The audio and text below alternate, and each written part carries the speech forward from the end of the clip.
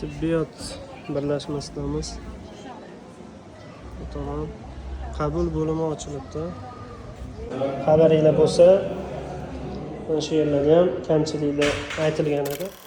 Men aytganman, ilmni qilganman. Bilasizmi? Mana shuni ixchamlashtirish kerak. Boshlanib ham yangilanadimi remont?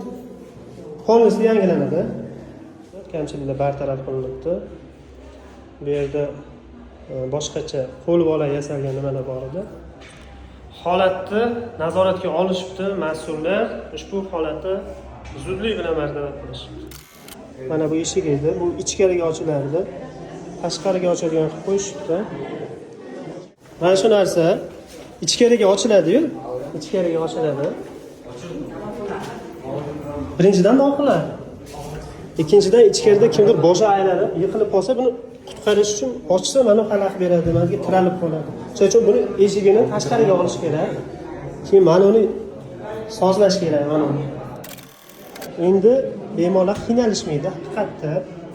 Ichkari tor, bu yerda o'tirgan odam qizil, sariq hududdan bu yoqqa kelib o'tirganda hech qanaqa yiqilib qolsa ham ichkariga ochib eshigi nima qiynalishmaydi. Glavnisi men bilan ham yangilanibdi, qimirlamayapti, zo'r. Yopisham bunaqa bo'ladimi? Yopish shu holat. Bu sariq hudud. Bu sariq hudud, ya'ni bu yerda bemorlar, og'ir holatdagi bemorlar bolimizni yaxshi bo'lib kelishsa, mana shu kravatlarda albatta yotishadi. Endi bu yerda bitta muammo bor edi.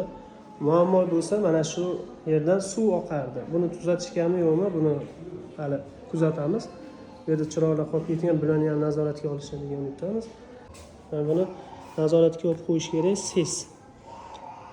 Kelib cho'ntagiga tutib ketavermasdan, buni jiddiyroq nazoratga olsa, qon-pon boshqa narsalar nima bo'ladi. Xo'p, bu yerda o'sha kamchilik shu xolos hozircha.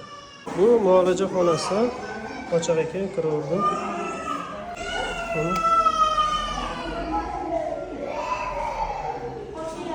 Mana buni tuzatish kerak.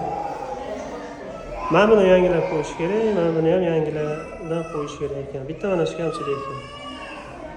So'raganlar uchun bizdan aytish xolos.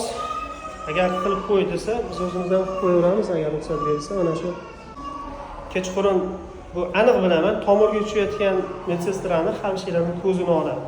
Chunki diskotechni yonyapti deb ko'ryapsizlar.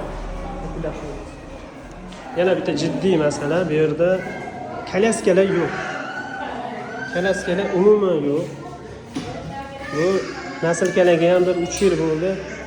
Tabarruk bo'lib qoldi buni. Sinib qolgan boshqa balonlari ham eskirgan, yurishga qiynaladi. Mana buni stoyinda qo'yaverasiz. Faqat mana shu 3 tagina naslga bor xolos.